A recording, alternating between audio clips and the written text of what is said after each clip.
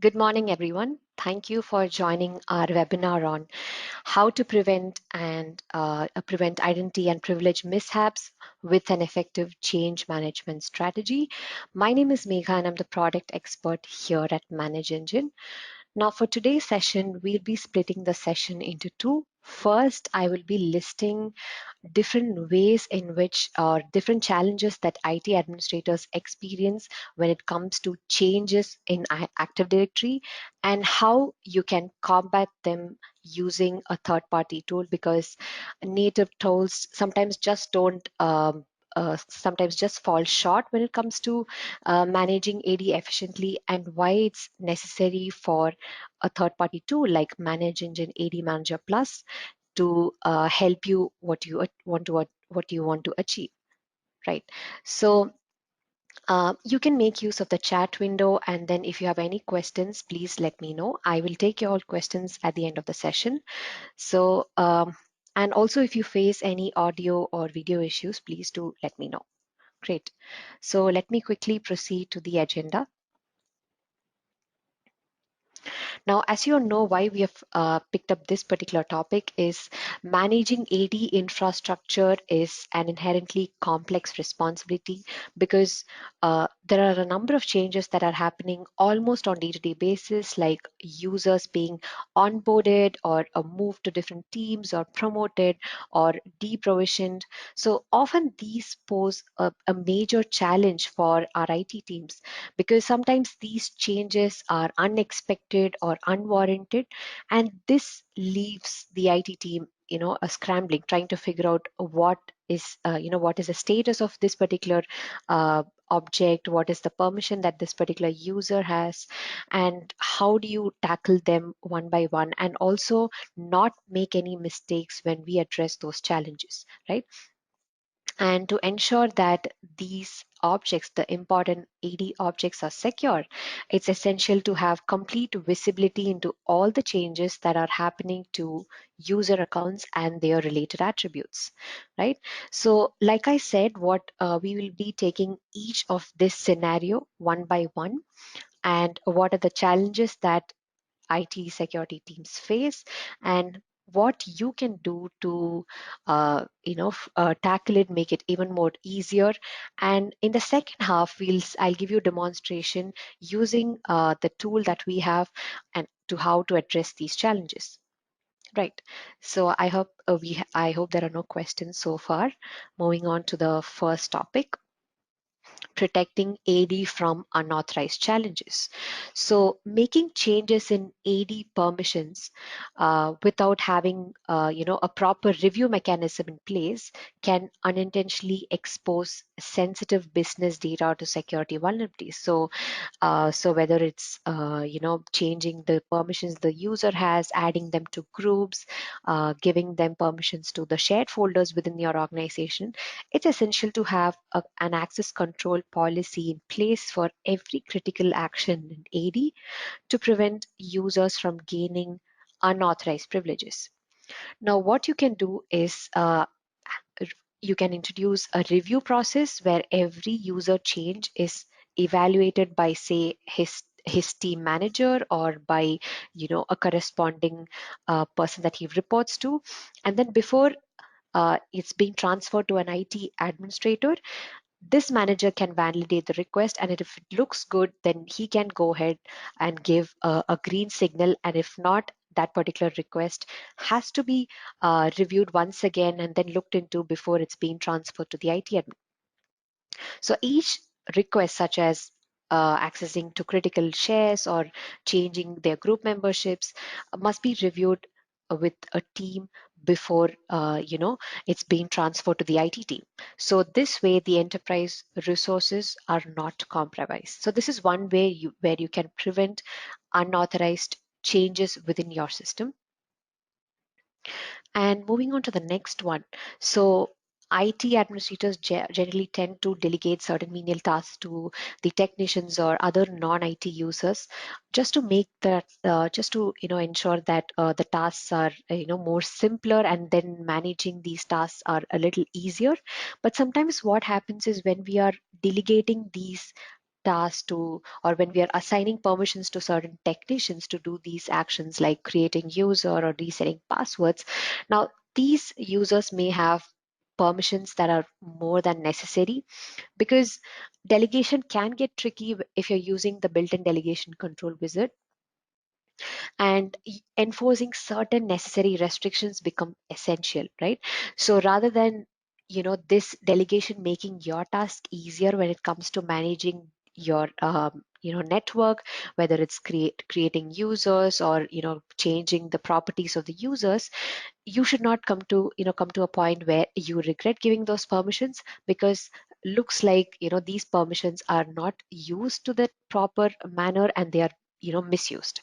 So having a proper uh, an administrative boundary when you're giving privileges to these technicians, so that can ensure that these privileges are very specific, and and you can also delegate tasks according to the nature of the task. So let's say you want a technician to have permission to just create users, you can do that, or just to reset password, you can do that. Also, if you want to delegate permissions to you technicians based on regions, like if your office, your organization has different locations, different regions, and you want technicians from your particular office or your region to perform actions in that particular region only, then you can do that.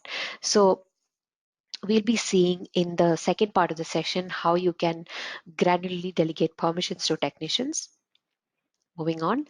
So when users join organizations based on the team that they are joining or based on the role that they have, that IT admins give them a standard set of permissions to access resources that are relevant to their job function. Now, over the time, what happens is for different tasks or different projects, users might be granted permissions to different resources. Now, these access rights ideally should be revoked after the task is complete, right? But it's a good practice for IT admins to review all the user access rights by a role against a checklist of permissions periodically. So let's say when you're reviewing these permissions, or you happen to come across that certain users might have access to top level security groups or critical folders and files that are no longer necessary for that role, right?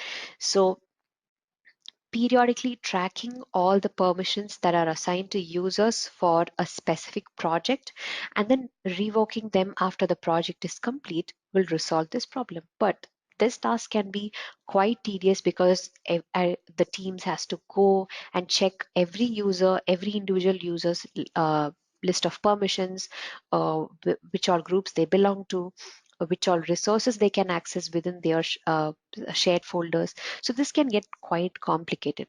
Now, what is the solution to this? So when you're giving permissions to users to say a certain resources within the organization, or when you add them to certain groups because they need to access certain critical folders within your organization, uh, what we can do is you can do that on a temporary basis. So rather than giving them permissions to, let's say, access resources for without specifying a time period, you can give them for this particular day, or let's say for a week, this user will belong to that group, and after that particular period is done, it's expired, then the user will no longer be a part of that group. So this way you can be rest assured that you don't have to go back to that particular user and then check uh, whether this user is the task is complete, whether the permissions need to be revoked.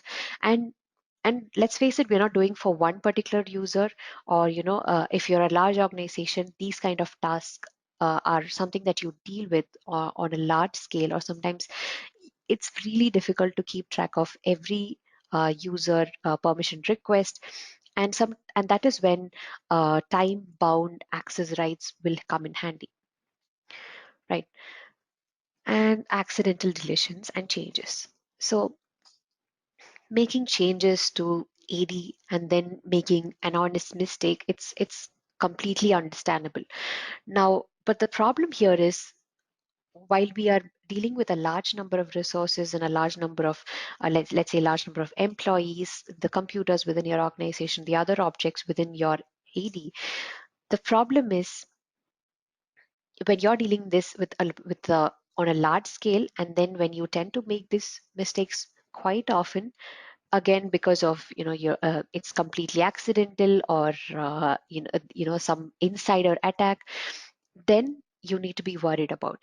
Because as you can see from the report that I have mentioned here, around 51% of the time organizations are worried that in the security of the organization is compromised because of accidental or unintentional insider, and 55% of the time privileged users or IT admins are the biggest security risk to the organization. And like you can see that most of the time confidential business data is at risk. So how do you avoid that?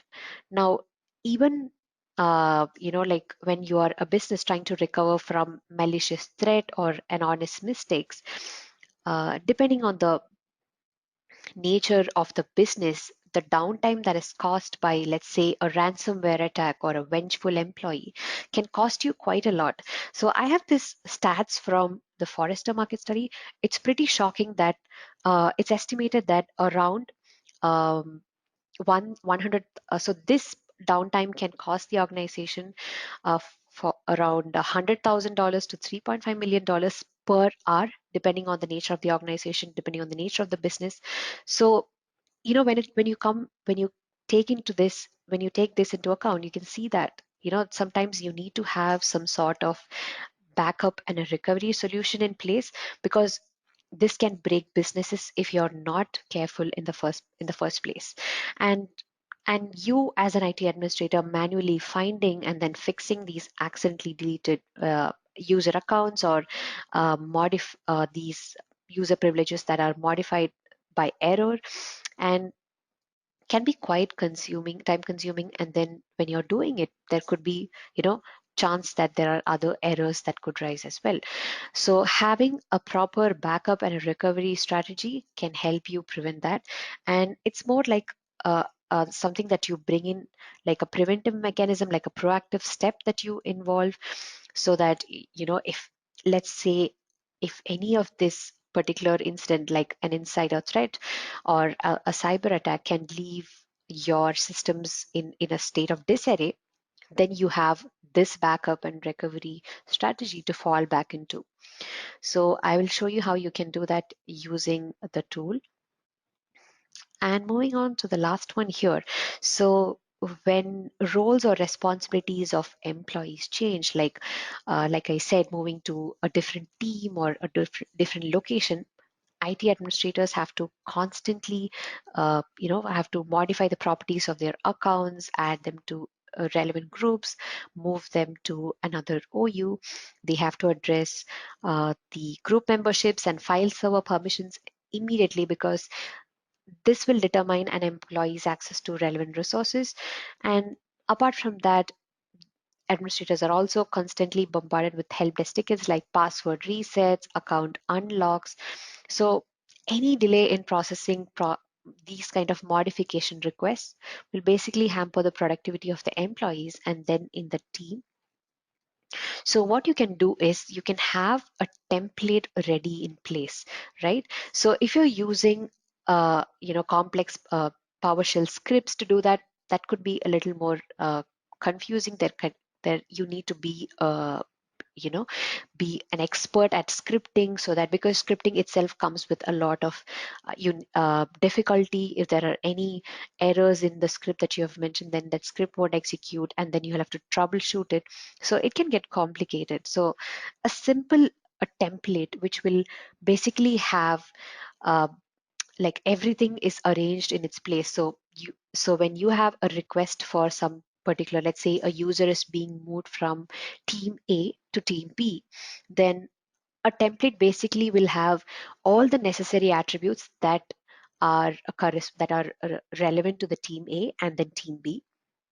So when the user is being moved, all you do is just apply the template to that particular user. Now what happens is all his attribute values that are relevant to team A will automatically be changed to team B.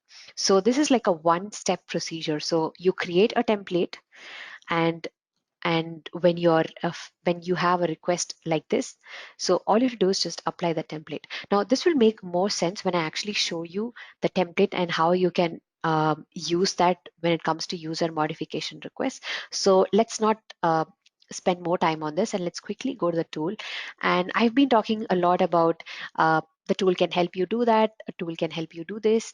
So what exactly is this tool about? So AD Manager Plus is Manage Engine's Active Directory Management and Reporting tool. Now, using this tool, it's a web-based tool, and with just one tool, you can provision accounts in AD, Office 365, provision mailbox in Exchange, Skype for Business, and G Suite. So rather than using different tools like individual platforms, using this tool, it's like a one-shot procedure. All you have to do is just enter the relevant details and just select these platforms. I will show you how you can do that. And then instantly the user account will be created in all these platforms. And also scripting is completely not necessary. You can completely avoid scripting when it comes to AD Manager Plus. So we have around 180 plus predefined reports. So based on users, based on passwords, based on Office 365, um, file server permissions. So it's all categorized, and you can just click and access any of those reports that you want, and the tool will automatically fetch the most up-to-date information from AD, and then it will be displayed. And not only that, you can also export the report in any format. We have 4 to 5 formats that we support. So one is PDF, HTML, CSV, and so on. So, and you can also, let's say you do not want to generate report every single time. Instead, you want the report to be sent to your inbox, right? So you can also do that. And we have a report scheduler facility for that as well. Now, and let's say user deprovisioning, you want to clean up your stale accounts and you want to make it a routine thing, but you do not want to go and individually manage those stale accounts, like removing them from groups, removing their licenses, moving them to a different container. So these are individual actions. So rather than doing this individually for each user object, you can select a bunch of users and then define an automation policy which can encompass all of these actions that I just listed, which is a part of the deprovisioning policy, and then just choose your schedule, date, and time, and the tool will take care of that. And the last tool, which is delegation. So we spoke at length in the beginning about delegation, and then the last one is the workflow. So how you can streamline and monitor AD tasks using the workflow, which is the review approval mechanism that we have. So let's quickly move on to the first one. So how can you protect AD from unauthorized changes? So the answer is workflow. Now, with workflow, what you can do is you can specify who is going to review. Let's say you as a, or the HR instead wants to create a user. So 10 users are being onboarded into the organization, and the HR is just giving a CSV file, or he just has a CSV file containing all those users. Now, this HR can raise a request.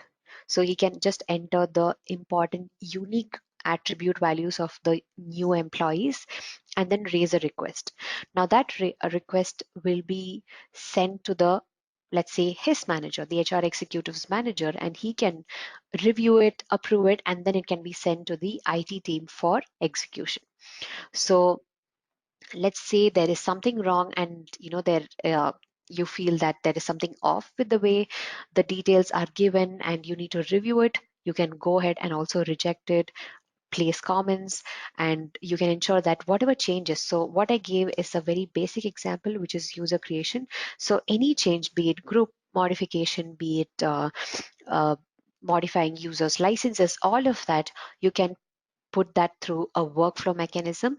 So every action will go through this review approve process, and then once it looks completely fine, once it's validated by the reviewers and the approvers, then it will be executed by the IT team. So let me quickly show you the tool that will give you an idea. Right. So this is the AD Manager Plus tool. So I have logged in, and right here we have the workflow on top. Right. So this is what I was talking about. So you can, an HR can place a request, and up to 5 reviewers and up to 5 approvers can be added here. So the reviewers can review the request as is it, like it says here, and then if it looks fine, it can be moved to the reviewed, and then we move to the next stage, which is the approve. And once it's approved, it'll be moved to the execution. So there is completely no way in which an unauthorized change will happen, because one thing, you're enforcing checkpoints in every step. So this step is completely, uh, let's say, it's not mandatory, it's optional, but I would recommend at least having one step between a requester and an executor, so there is somebody who's kind of validating whatever request that has been raised. And the number of reviewers, depending on the severity of the task, you can increase the number of reviewers and then the number of approvers as well. All right. So so we have some default workflow that is mentioned here. So which is like, there is a default business workflow which has one requester, one executor, and then there is a user onboarding workflow. So these are some inbuilt workflow that comes with the tool. So there is no restriction. You can create a new workflow, just enter the workflow name, the description, and choose the requesters, reviewers, approvers, and then the executor, right? So if you have any questions, we will take it at the end of the session. So once the session is end, once the session ends, I will be able to address your questions. So moving on, now the question is, who can be requesters, who can be reviewers, approvers, or executors? So right here on the LHS, we have the requesters, reviewers, approvers, and executors. So you can click that requester and you can add who, or like, let's say an HR executive, he can be a requester. So he can be added. So if you click on add new requester, you can choose the user, in our case an HR executive, and then that person will be treated as a requester. Similarly, for reviewers, approvers, you can add any technicians that you want, right? And also you want to be notified every time a requester places a request, or when a request is being approved and it has come to you for approval or reviewal. Then you can also uh, set up assigning rules to ensure that you get an email or an SMS alert for that. Let me quickly show you that. So this is where we define the logic. So you want certain tasks to be automatically assigned to certain technicians, right? So this is where you set the logic for it. So let's say if the action is reset password, then you automatically assign it to technician A. And so like in this particular case, the business workflow has one requester, two reviewers, two approvers, and an executor. So if let's say the business workflow that you selected has, for example, just a requester and an executor, so this is how it'll look. So you can enable notification for that. So, and you can also set the priority and who you want it to be assigned to, all of that. So this is where you define the logic. So if this is the request, or if the subject is this, or if the person is the requester is an HR executive, it has to be automatically assigned to this technician. So that can be taken care of as well, because then you don't have to go and individually take a stock of all the requests that you have received, and then assign it to technicians. So this will take care of that. Right. So an HR executive. So if you've been using this tool, and the HR can raise a request from within the tool, so he will be a technician.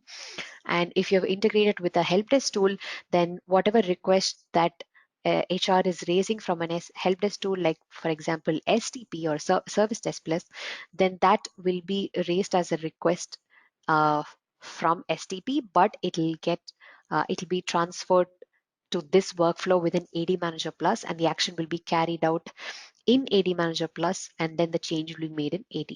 So that's how it functions. If you're already familiar with the tool and with the integrations that we offer, then this should help. Moving on, right? So how to avoid privilege creep? Uh, all right. So I just missed one. So quickly going back. So how to configure tight access control? So what we saw was the workflow mechanism. Now you are making tasks easier for you, so you're assigning it to technicians. Now, when you're giving permissions to technicians, you need to be a little wary of the fact that, all right, I have given this permission to a technician. What if there is a possibility of this technician misusing those privileges? And what can you do about it? So in AD Manager Plus, what we have a very granular way of delegation. So so on the top, let me quickly take you through what all options we have. So we have the home, which is the dashboard, and the AD management, which has all the management actions in the tool, which is categorized under AD management. AD reports has all the reports. Office 365, the reporting as well as the management aspect of Office 365 is listed in under the Office 365 tab, and then coming to AD delegation where we are right now. So when you're giving a user privilege to be a technician, so here using AD Manager Plus, you can just click on add new technician, and you can select a user or a group and then give them roles. Now roles is where uh, I would like to focus on in today's session, because let me quickly show you how you can define roles for a technician. So when you click on help desk roles, we have create new role. Now this is where you define what all permissions that this particular technician has. So let's say I want this user to have permission to just create users and just reset password. So when I select those options, you can see that there are some more options there are more options that are available. So let me quickly show you that. Now you do not want this technician to enter any important attribute values, like let's say exchange properties or their group memberships, but you want the technician to just enter some basic, like the name, or the first name, last name, the email address, the employee ID. Let's say the technician is the HR in this case. So he has to enter just the basic details, and the rest of the details will be taken care of by the IT administrator.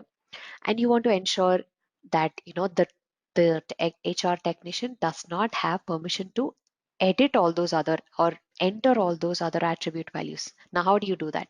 So right here we have something called as the user attribute properties. So when you click on that, right now everything is selected. So I'm just going to unselect all, and then just the general attributes. I want these attributes alone to be made editable, or made available for the technician to enter. And the rest of the attribute values, be it Office 365 or its contact attributes or Exchange, all of that I'm going to just leave it unselected. So I click OK. And when it comes to reset password also, I can once again specify what all permission, like what all ways in which, or what all options are available for that particular technician. So I can just maybe give a random password option, like uh, so I just allow the technician to just give access to this, and probably maybe not these properties as well. So just this, I can select that, and I can save role. So this is just, I'm going to save this as a test role. Right. So I hit save role. So this is what I meant by granularly giving permissions. So once again, let me quickly show you that particular role that we created. Now what we saw was just user creation, right? So similarly, when it comes to managing other objects as well, you can select the category right here on the LHS, and you can choose which management attribute, which management action has to be made available. When it comes to report, which all reports can this particular technician access, whether it's all users or whether it's password related, any of that, you can just select that. So this is how you can make sure that when you're giving permissions to the technician, you are very specific and you are not giving anything that is more than necessary, right? Right. So moving on to the next one. So how to avoid privilege creep. Now, like I said, when you're granting permissions to users uh, like over the time, so this kind of cumulatively adds up, and then there are a lot of permissions that are not revoked, and they even after the project or the task is over, these users have permissions to top level security groups, or they have access to sensitive folders having financial information of the company, and you do not want that. You do not want that kind of permissions lying around.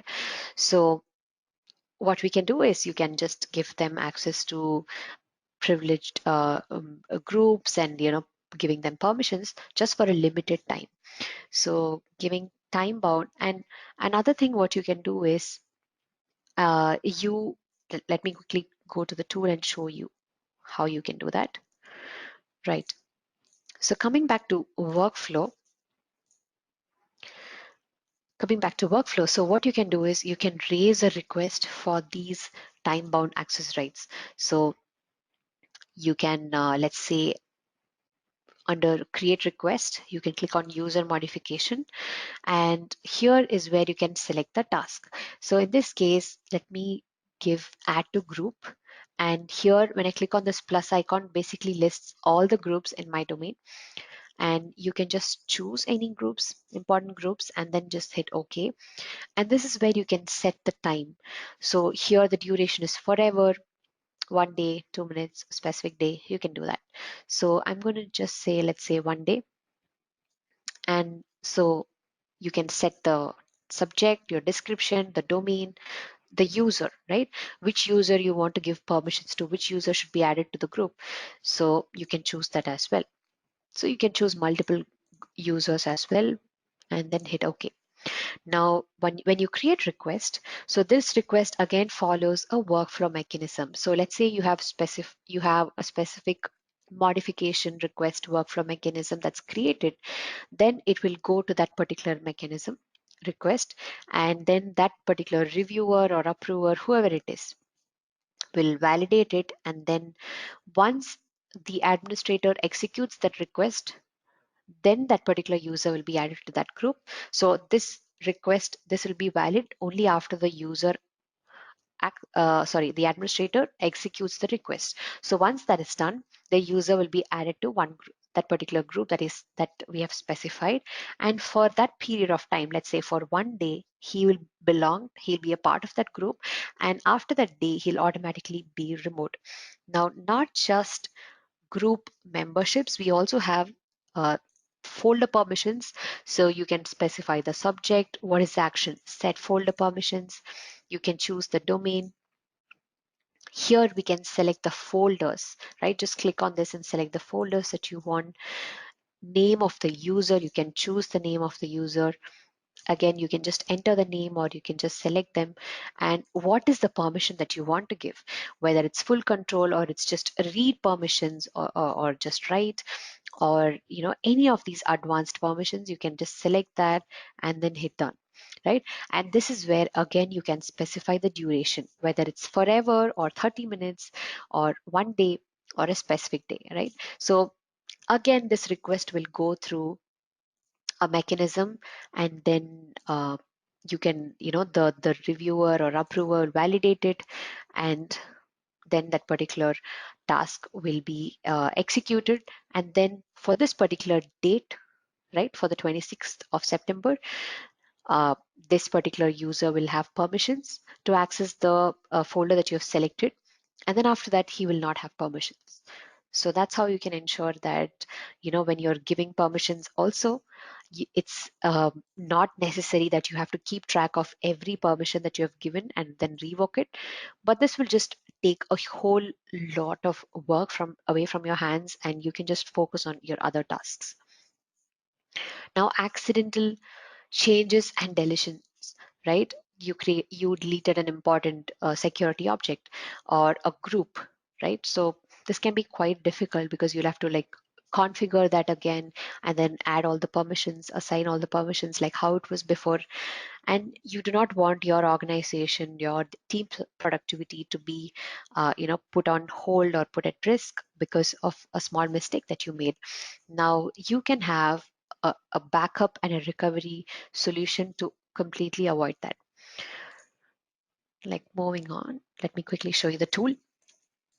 Right, so now backup and recovery is a pretty new feature, it just came out a few months back. So you can see that we have a tab called backup. So here you can see that we have, it just gives a complete overview of what is the status. So you can configure your settings, backup settings here, right? So what are the OUs that you want to back up? Let's say you have some important OUs which contains important security related objects like, important administrator accounts and your important groups, then you can just back up that particular OU alone. Or if you want to back up every OU, just you can go ahead and choose that.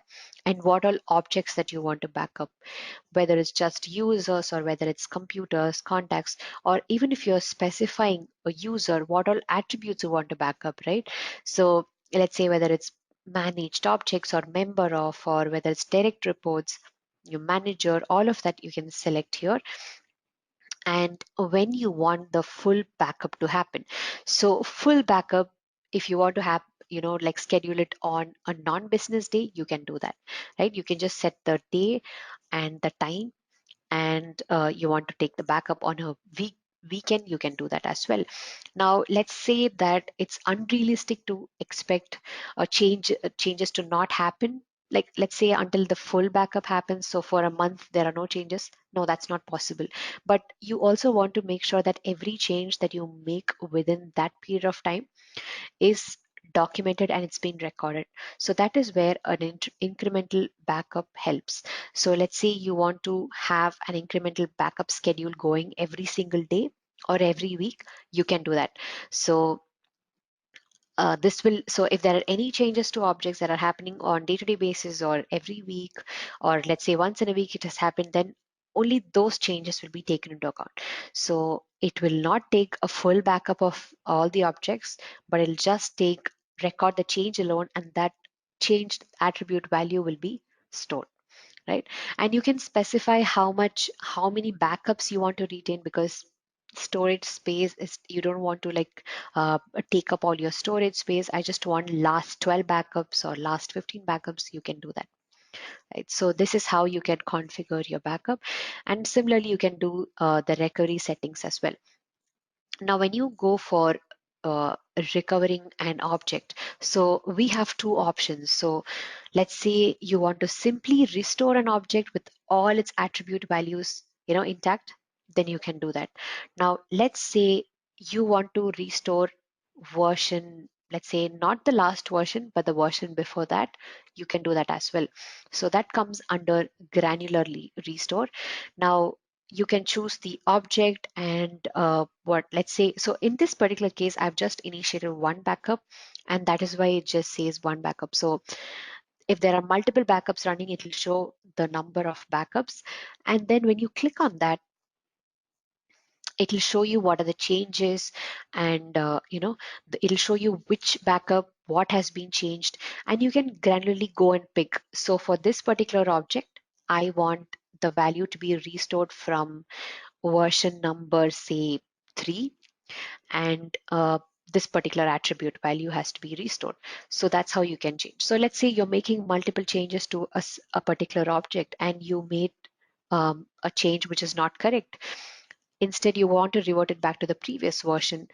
That's where a granular restore will help you. So rather than just blindly restoring everything from the last backup, you can specifically go down and check, hey, so this is the attribute value, this is the version from which I want it to be backed up, because the latest one is not what I want. Then granular store will help you. So this is where it'll make your restoring and your backing up even more helpful. So it's just going to make your task easy. So you can select the object, you can what is the change that has been made, you can see that, and then pick the one that you want to. So having a backup and a recovery strategy is not like a luxury, but it's more like a necessity, right? So moving on. Now, user modification. We spoke at length about user modification.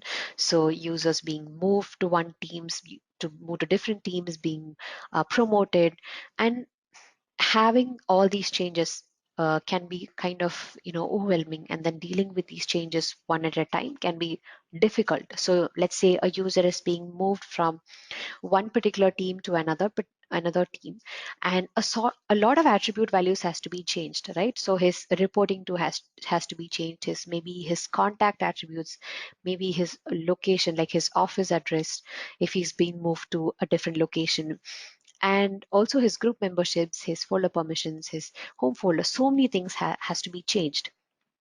You have to address that for multiple users. Now, I said in the beginning that a template will help you do that. So let me show you what exactly a template is, and this will give you a better understanding of what I was telling in the beginning of the session. So when you click on AD management, we have these templates. So this template is not just restricted to user creation, but other objects as well, and not just for creation, but for modification, right? So let me quickly show you what a user modification template is and how it's going to help you. Now, I'm going to click on create new template and show you what a layout looks like. So this is basically how the user creation or user any other object creation layout looks like. It's very similar to that. The change what we have here is you will be specifying certain values in these attribute fields, right? Now, let's say I have a template for uh, marketing department for the US office, right?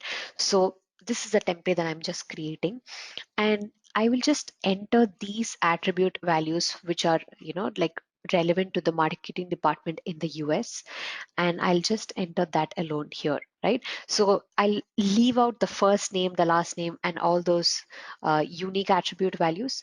I will not touch that, but I will just enter these values around, let's say the description, the office, the extension, the contact attributes, all of that I will enter the reporting to, right?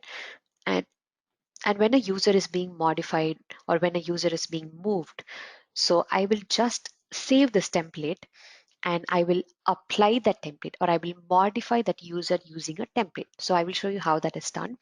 Now, before moving to that, I will show you what is a modification rule. So right here, we have an option called modification rule. So I'm going to create a new rule. Now it's quite easy. So a user is being modified from department A to department B. Let's say he's being moved from finance to IT, right? Just an example here. So I have just listed here, this is the condition. So the tool will check if the department is being moved from A to IT. Now, what are the values that are going to be changed? So let's say his member of is going to be changed. So I'll add some groups here, and similarly his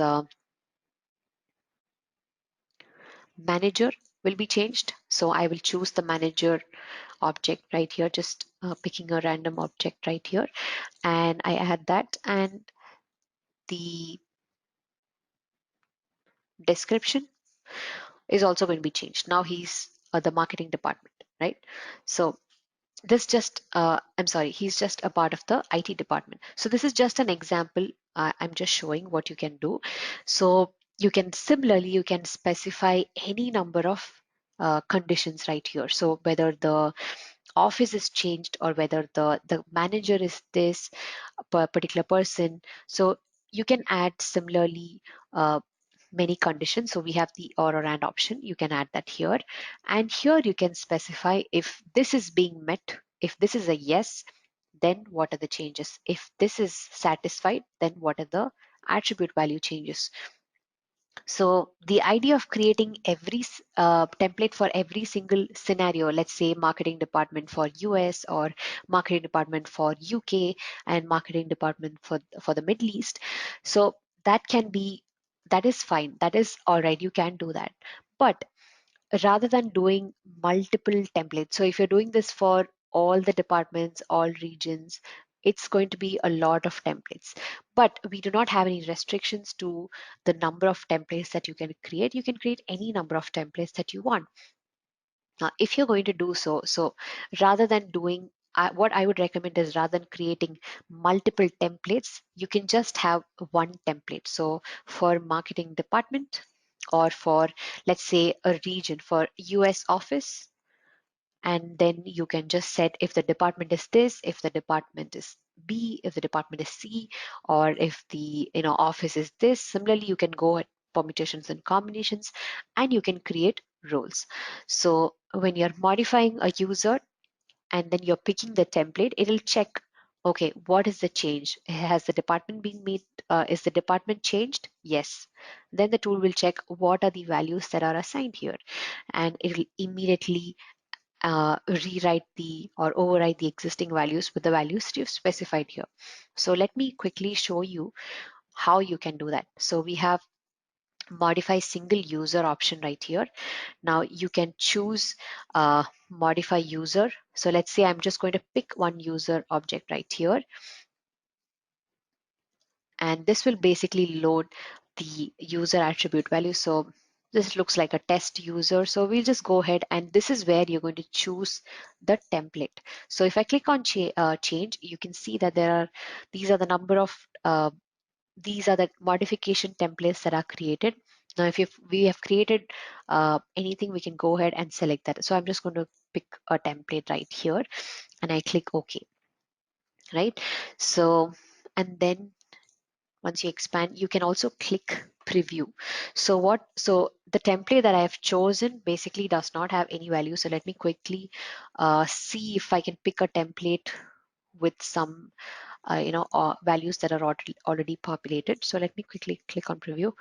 Well, let's try another one, and then if not, I'll just explain how it looks. Right. So all right, too bad. Anyway, so let me show you how it is done. So let me give you a demo. So let's say we have chosen a selected template. Now we'll see when you click on preview, what happens is it will show what are the old values and what are the existing values. Now let's say the department as of now is IT, right?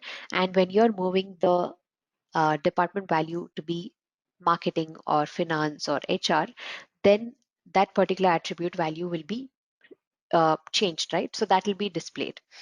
And then the other attribute values, let's say your description or your office, your telephone number, all of that will be, it'll show a list of the current values and what it'll be when you click on update user, right? So it'll show the previous values and the values that you're that you currently wanted to have.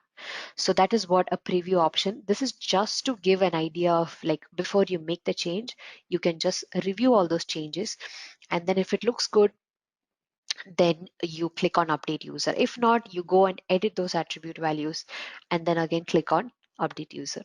So these kind of simple tricks to manage your changes within your AD, these tricks are not available in native tools, and that's why AD Manager Plus tries to be that one single point of tool where administrators and IT security teams would reach out for when it comes to AD management and reporting.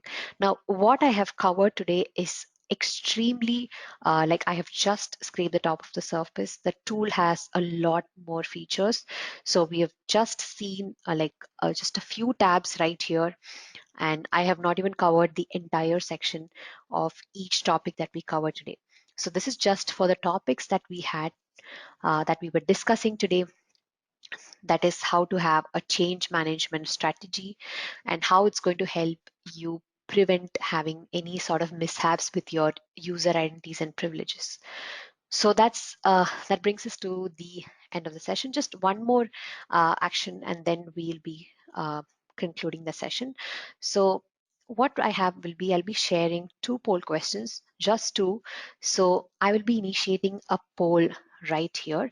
So I will just launch, and then I'll give 30 seconds, and I'll let you answer those questions, and then I'll launch the second question. So I hope that's we've understood that. Let me quickly launch the first question.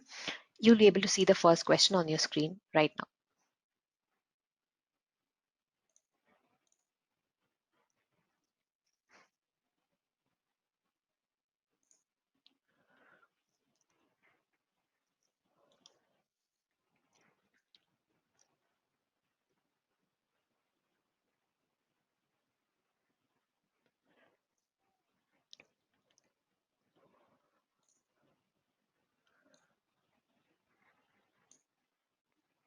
Great. So I will be launching the second question now.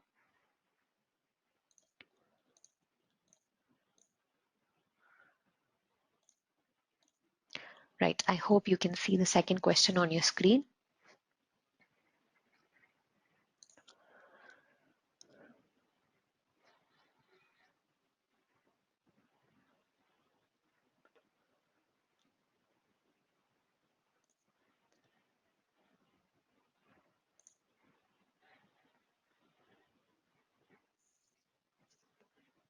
All right. Closing now.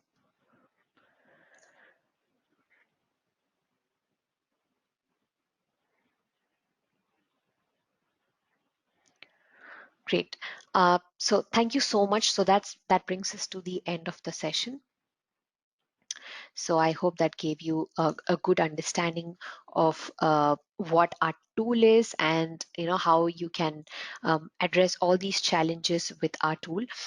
Now, if you have any questions, I will be available, and then you can make use of the chat window, and I'll address your questions. And also, we have so many product specific workshops that are available. So if you want to like try our product, we also have, if you've not tried before, so we have a demo set up online. So I'll be sharing the link right here in the chat window. You can try that. That'll be available all the time, and you can just try out the actions, just get an understanding of what the product is using our demo tool right here. And if you have any other questions, you can also reach out to our support team. So I have given the contact address right here, and I will also send you my email address. So if you have any questions, I'll be glad to help you with that as well. So just entering my email address in the chat window, please go ahead and if you have any questions regarding the webinar or our product or anything, just do reach out to me. So I hope the session was beneficial, and I'm just glad that we have a really good turnout today, and every session we hope to make it better and informative for our attendees. So thank you so much for taking time off your schedule and then joining us. So have a great day. Thank you all.